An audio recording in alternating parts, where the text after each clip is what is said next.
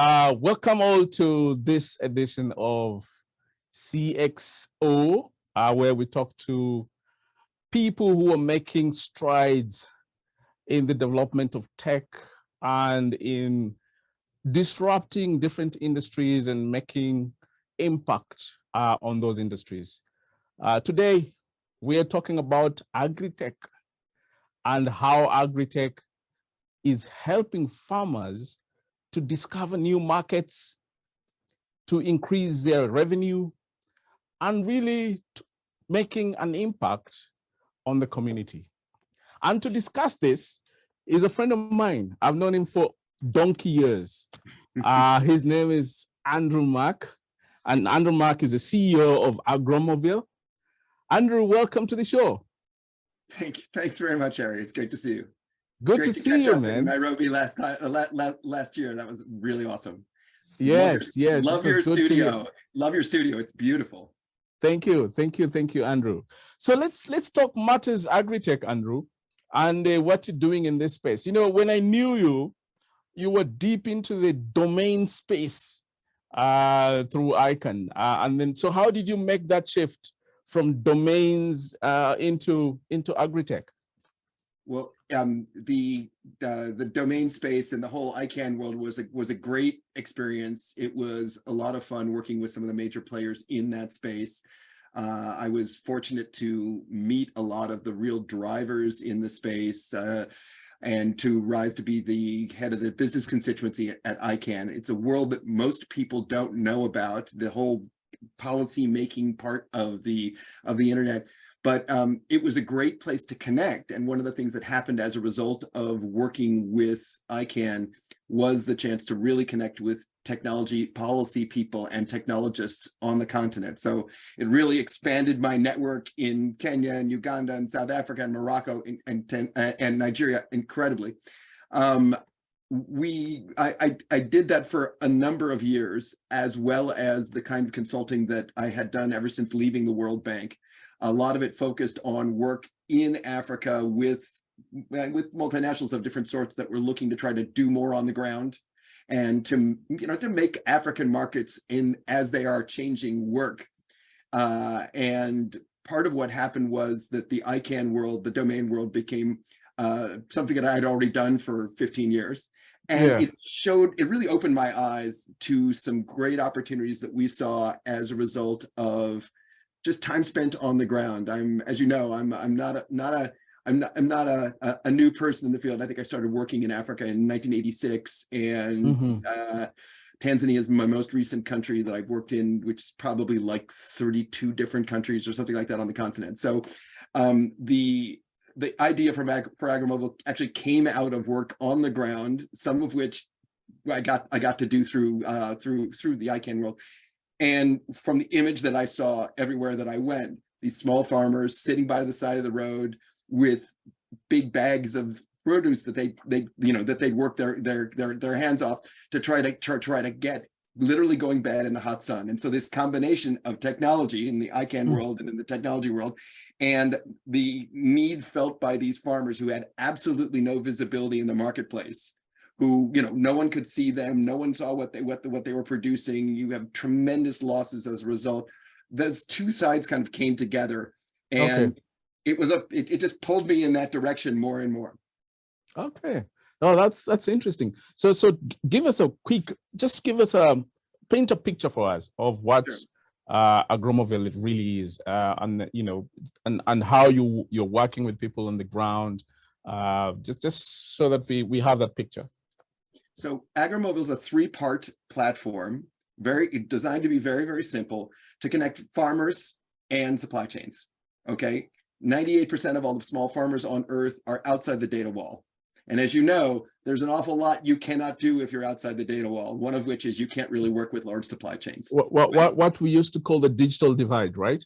Right, exactly. So if you figure that, there are about 1.5 billion people who live in small farming communities around the world. Like, small farming is the single most important, it's the single largest job on Earth, but it's the single most important job in most countries. And yet there are tremendous inefficiencies in that sector. 30% of the goods that are produced in some countries in Africa, in some countries, much more than that, that are really literally they're grown and pulled out of the ground, never make it to market, right? They don't get sold in time. They go bad. They're eaten by rats. Whatever the different things that happen where they don't get value. And then you add to that the costs of intermediation, since very, very few people can see what's going on in the field. Oftentimes a farmer will get one and only one offer for their goods. So they are a total price taker. And this seemed like a real fail, And the idea behind Agromovil got started as a result of some conversations I had on the ground, actually with farmers in Nigeria, all of whom had their new cool smartphones, and trucks whizzing by and markets in the distance, and that there was no visibility between them. So the platform has three pieces. It's a buy-sell app, messaging to connect people in those supply chains with the edge, and back-end analytics for people who want to work with the supply chains, whether they be large companies or processors or exporters or co-ops at much greater scale. Our big innovation is that we've made it so simple for the farmer to do this, that they can actually push data in the course of just normally doing what they all said that they wanted to do, which was raise their hand, be seen, and make sure all of their stuff gets sold. Interesting. Yeah. So how do they get, you say they get seen. How do they get seen? And by whom? Yeah. Okay. So the platform is the entry point. We've tried as much as we possibly could to model ourselves like Google. Okay. In the sense that it's a simple, easy onboarding based on one simple value prop, which is I want to make sure all my stuff gets seen and sold. So what do I need? I need a smartphone that has the ability to, very basic smartphone will do. And I need the ability to, with a very small amount of keystrokes, create a 5-minute profile. And then at any point in time, I can post my goods for sale in 30 seconds. I can post them for sale when they're ready to be picked up. I can post them for sale 5 months in advance to advise the market that I'm planting, so that I can start getting things happening. So a buyer and a seller, or a farmer and an aggregator, right, can connect on the platform. They can exchange information about what's going to be available, when it's going to be available. We also, as a result of the really, really simple onboarding, have a sense of who the farmer is and where they are, right? Okay. So are they men, are they women, are they young, are they old? The phone captures where they are when they set up their profile. So it makes it super easy for people to get the most basic and most important information, which is what's available, when it's going to be available, how do I connect, right? The app makes it possible for people to post and say, here's what I'd like to sell my goods at, for buyers to respond and say, yeah, I'm interested in 40 units, not 50 units, and the price is okay, and blah, blah. But we also know that people are going to call each other anyway. And so we integrated that into the app. It's been successfully tested in Colombia and Tanzania and Ghana. So we know we actually built it in the field with farmers and with farmers in different countries. So, it's been truthed. It's been truthed. Imagine sitting around in those little white plastic chairs in a circle in somebody's, school or community center and saying, hey, what do you think of this? That's how we built this. And our goal, as opposed to many of these solutions that are out there, our goal was to be free to the farmer all the time and to be really, really simple, not to layer on 18 different things. I know that there are lots and lots of solutions that have been pushed out there and lots of marketplaces, but they're all, I speak 4 languages and have a master's degree, and I couldn't figure out half of them. So I'm guessing that a lot of farmers may struggle. And we wanted to do the exact opposite. We wanted to be super pro farmer and super, super easy, and people like it a lot, which is great. Okay. So one of the biggest challenges of marketplaces like this is trust, where you have a farmer in this case and a buyer on the other hand, and there's business people sometimes you have good ones and bad ones. So how do you ensure that there's safety within the space? It's a great question, and one of the key things of a successful business, especially a technology business that is aimed at people who have a relatively limited life history of technology, right, is to figure out which are the questions you got to answer and which are the questions you don't have to answer. And that's one of the things that I think that people like Google have done well, people like Uber even have done well. And so we wanted to try to figure the same thing, to try to use the same principles. We do not enter the market and try to say, hey, everyone, you've got to become an Agromovil customer. We enter into the marketplace as a friend of the farmer. So we're working with the 400,000 member credit union Comultrasan in Colombia. We're working with the 40,000 member Tanzanian Horticultural Association in Tanzania. We're working with the Guinness supply chain in Ghana. These are groups of people that already know each other. There's already trust, there's already a trust engine there. We want to make them better, faster, stronger. We want to make the interactions between the nodes of those different groups more effective, and help to bring in other allies, to other people who might be interested, more finance, more connectivity, things like that. But we reach our markets and we reach scale by working with people that the farmers already trust, and maintaining that trust by connecting people, but not asking them to, relying on them to effectively finish up the deals themselves, because that's really where the trust is, right? The trust is with your association and with your own gut, with your own self. So tell me, because I know you've just started in Ghana, I think probably last year, towards the end of last year. Can you already see impact out of there? Oh yeah. Do you have? Yeah. Oh, it's fantastic. I'll give you two cool Africa impact stories. Okay. One is in Ghana. So in Ghana, we got paired with. We started off in Tanzania. We started off in Africa in Tanzania. We were matched with TAHA, the Tanzanian Horticultural Association, through a partnership with the U.S. Department of Agriculture. Okay, they were working with TAHA. They liked our technology. They said, you guys should work together.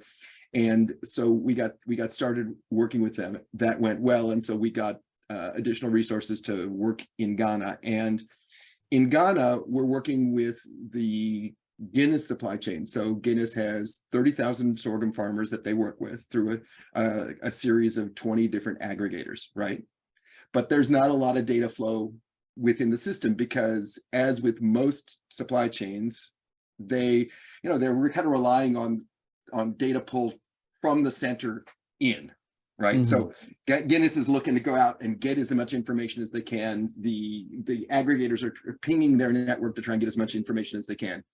And our approach, as you know, is to try to think of it less as a last mile problem and more as a first mile solution. I mean, who are the people who care the most about getting goods to market? It's the small farmer themselves, right? So you make it easy for them to raise their hand and say, here I am. Here's what I got.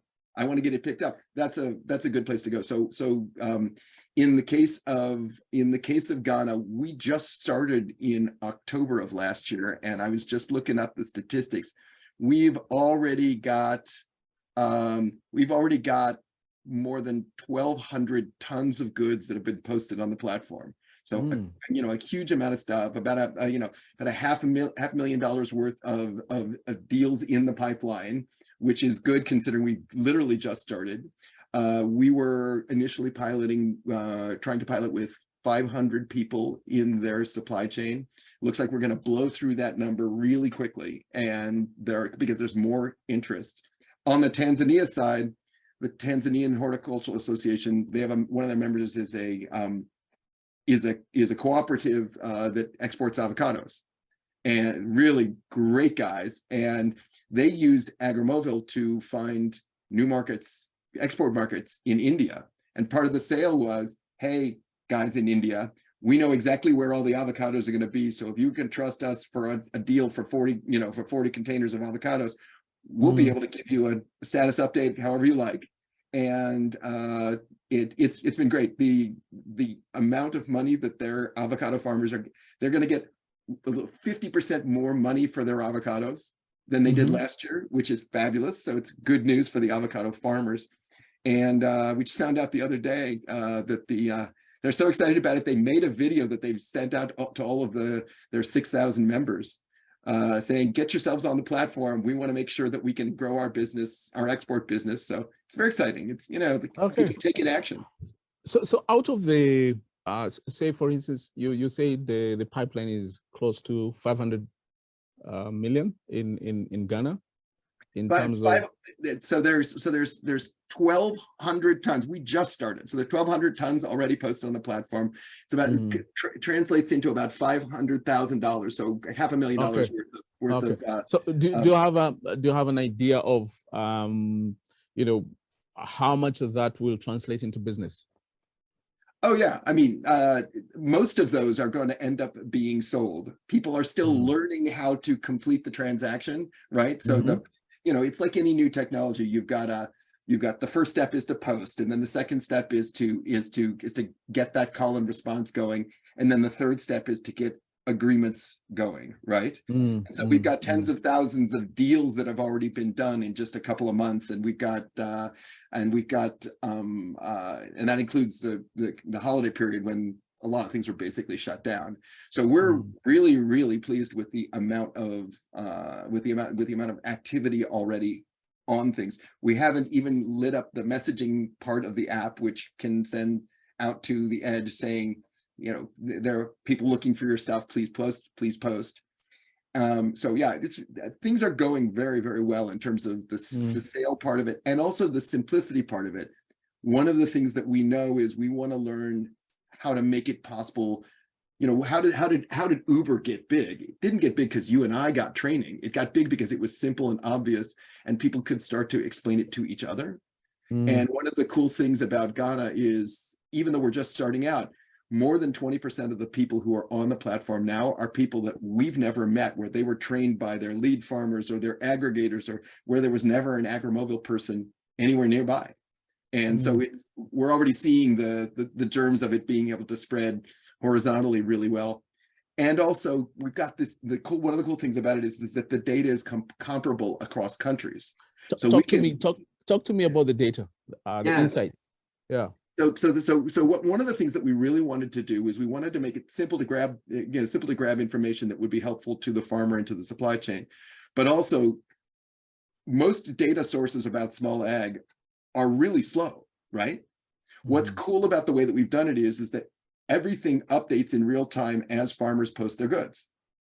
And the way that we've structured it, we can slice it so that we can see, okay, where are the women farmers, or where are the young farmers, or where are the tomato farmers? And we can push messages directly to each of those communities, should we want to, or should there be a program aimed at that.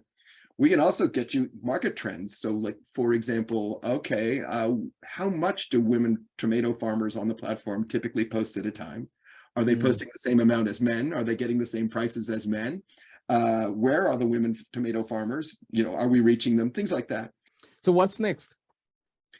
Well, we've got a lot of stuff going on. We have requests from a dozen other countries to come in. So if and when the finance materializes for that, we're going to do it. But we really want to focus in on a hub in East Africa. So Kenya is certainly on our list.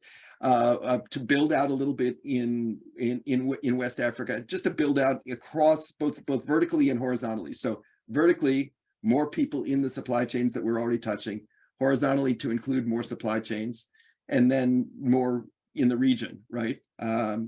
And I think that the other thing is there are some, we're constantly trying to both streamline and expand the platform. We want to avoid the mistakes that we think a lot of people have made by adding too many things, trying to over monetize people, trying to offer too many services that people don't understand. We had originally, Harry, had a payments platform integrated into our biz, and we just found people weren't using it, and it didn't scale across countries. And we figured, okay, the world knows nothing about these small farmers. If we could be the data source, right? That's a plenty big enough business. That's a multi-billion-dollar business right there. People will figure out the things, and then So we will, one of the things we want to be adding in is the ability to have transporters join the platform. So that is a big thing. You mentioned trust. So ratings is something that we know we want to do more of, adding to the analytics, and just getting to know more farmers and more farmer organizations. We're talking with the Sugarcane Association and the Rice Association in Colombia. You know, these are groups that have, you know, 300,000, 400,000, 500,000 members.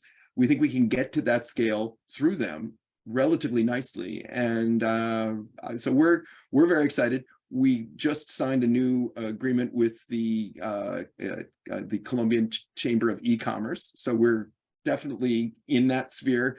A lot of countries around the world are really trying to push to get farmers. You talk about inclusiveness of farmers, trying to get farmers in the stream and to make it simple for them. And it is my feeling that the questions about connectivity are being answered. I mean, 3 years from now, you won't be able to buy a dumb phone. It's going to be all smartphones. So the big question is, are people going to use this, new capacity to really help them become more sustainable, and to make small farming a better business? That's really a big, huge piece of this, because if small farming becomes a better business, it's a win for Kenya, it's a win for Tanzania, it's really a win for the world in a time of, you know, questions about food security and questions about environment, and all, you know, we play in all of those spaces, employment, you know.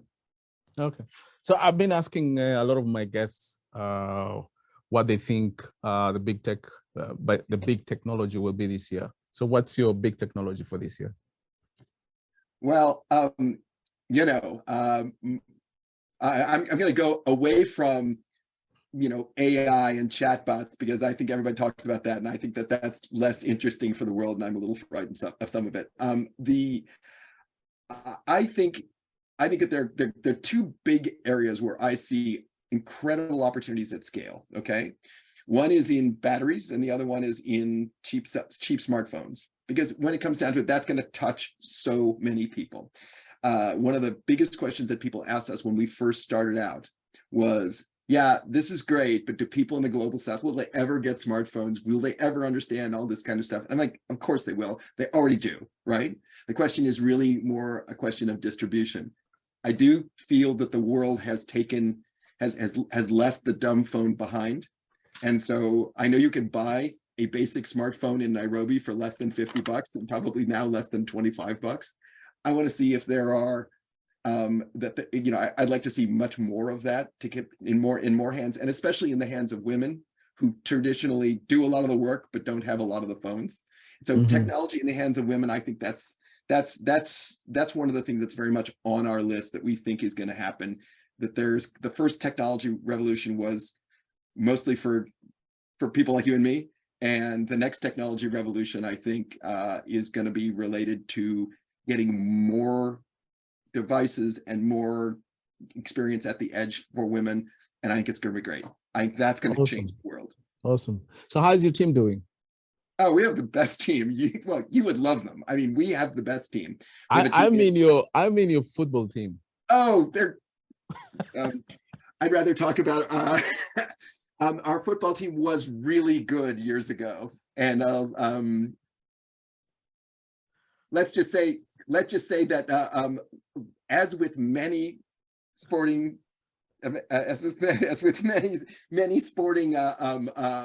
endeavors, true fans always want good management. And we have Wayne Rooney as our coach. I don't know if he'll be a good coach or not, but until we get good owners, I think we're going to continue to bump along toward the bottom. Last year they were woeful, but I will still go to the games, and I still play the drums, and I still scream my head off, because you know it's my sport, and I love it. This is from DC United, back when they were good. I got the entire team to sign the jersey. It was a great story. I was one of the people running the biggest supporters group, and we were in a bar doing a raffle for charity, and came up, and I was one of the people pulling the winners out of a hat, and they said, well, this is for a signed jersey, and I said, oh no, I don't want to pull, because I want the jersey. I gave the hat to someone else. They pulled my name. So my wife got it framed for me, and yeah, it's one of my talismans. So we'll continue praying for your team to possibly get out of.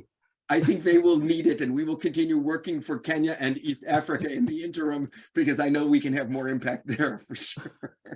Thank you so much, Andrew. And you've had it.